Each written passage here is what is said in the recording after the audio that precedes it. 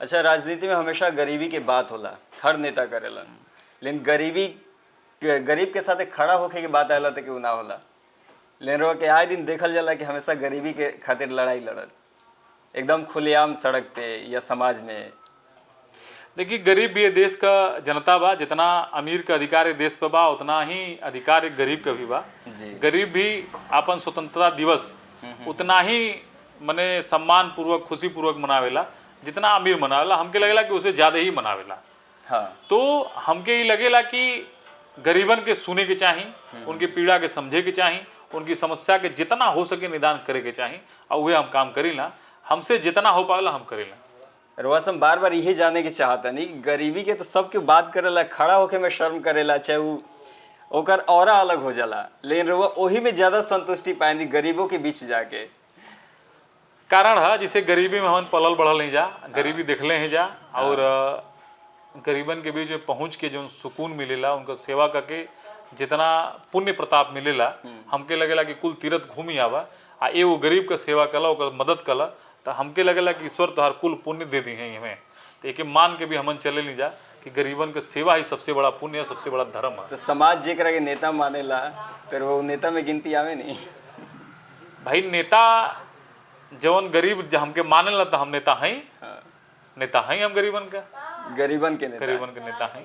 वो नेता ना है, बड़कन लोग। अब बड़का छोटका हम ना जाना, लेकिन गरीबन के नेता हैं इतना हम गरीब खातिर अधिकारी से भी लड़ जानी खुलेआम सड़क पे। ये देश में अधिकारी कर्मचारी गरीबन का सेवा करे ही बनावल है। अच्छा, न कि उन पर शासन करे खातिर। हाँ। यही लिए गरीबन के लड़ाई लड़े खातिर, उनके अधिकार खातिर हम अधिकारी से भी लड़ी ना। और हमारी लड़ाई को उनसे व्यक्तिगत ना होले, हमारी लड़ाई गरीबन के अधिकार खातिर जो सरकार, जो हमारे विधायिका और जो सांसद जो नियम बनावेला लोग, ओकरे तहत हम कहेला की बात करब। जैसे अब केहू गरीब के घरे बिजली के बिल आ गए 1 लाख रुपया, तो 1 लाख रुपया बिजली के बिल आ गए, तो वो गरीब का भाई ठीक बा, ओकर बिजली के बिल आ गए, ओकर दोष बा। लेकिन 1 लाख रुपया, 1000 से 1 लाख रुपया, 1 रुपया से 1 लाख रुपया हो गए में कर्मचारी अधिकारी के भी तो दोष बा। बिल्कुल। तो इन दोनों को दोष दूर करे खातिर हम बीच में बैठे नहीं जा कि भाई तोहरो दोष है, इनहू को दोष है। तो एक ओर से कोनो कार्रवाई ना, दोनों तरफ से मिलजुल करके समस्या के निदान होके चाहिए, तुरंत ओकरा समाधान के। हाँ, बिल्कुल होके चाहिए। वो ऑफिस तक ना जाला मामला, ऑफिस तक ना जाए चाहिए। और चूंकि अधिकारी अधिकारी बुला करके सारी समस्या का निपटारा हो जाला। और ये अभी पहली बार ना हमन करत नहीं जा, एहू के प्रेरणा हमरे भारतीय जनता पार्टी की, मोदी जी की सरकार, योगी जी की सरकार से बा। आप लोग देखले हो बिहार में भी गई हुई कि सरकार जनता के द्वार, इस सरकार की योजना रहे कि चाहे जितना भी कर्मचारी अधिकारी हमें, चाहे वो बिजली विभाग का होके, राजस्व विभाग का होके, सेक्रेटरी होके, यानी कोनो भी सारे अधिकारी गांव के पंचायत भवन में बैठी हैं और गांव की जनता के समस्या जो नहीं तुरंत निदान करी हैं। ये भाजपा ही कैले रहे, तो वही के एगो हमो छोटा सा रूप बनी, हमो जाए ला जनता में तुरंत बैठा के जितना हो पाए। जौन अधिकारी की बात होत रहा और क्लिप देखे के मिलल सोशल मीडिया पे, रेडी फुटपाथ वाला दुकानदार रहे लोग, प्रशासन के द्वारा उनकरा के हटा दिल गई, खुलेआम रोज के प्रशासन के लताड़ देनी गरीब खातिर, और तुरंत कहनी कि जेकरा जेकरा लगाए बा खोमचा लगाओ लोग, अपन रोजगार करा लोग।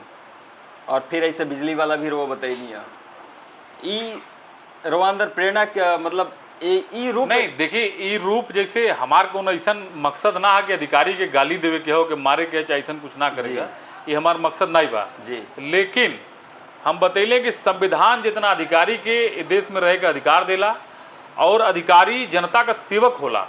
अच्छा, ओके नियम बना के बतावल गेले कि जनता के तोके सेवा करे के बा। बिल्कुल। ई ना कि अगर तोके बता गेले कि तोके आवाज देवे के, तो जाके तू जनता के प्रताड़ित करे के नहीं, हमके तू 20,000 रुपया देबा तो तोके आवाज देब, ना देबा तो तोके मार देब। अब जैसे पुलिस दरोगा हलो इस दुकानदारन के हटावत हलो फुटपाथ पे, तो फुटपाथ पे हटावत हलो, फुटपाथ वाले कहाँ जाइए? तू चल जा दिल्ली बम्बई, तमाम करोड़ों दुकान लगल नहीं, कुल वहाँ से करोड़ों रुपया वहाँ कमात हलो, वहाँ फुटपाथ पर भी खरीदार पड़ल हलो। अगर छोटे व्यवसायी ना रही हैं तो छोटे छोटे जो खरीदार हो कहाँ जाइए? सब शॉपिंग मॉल में तो जाई ना।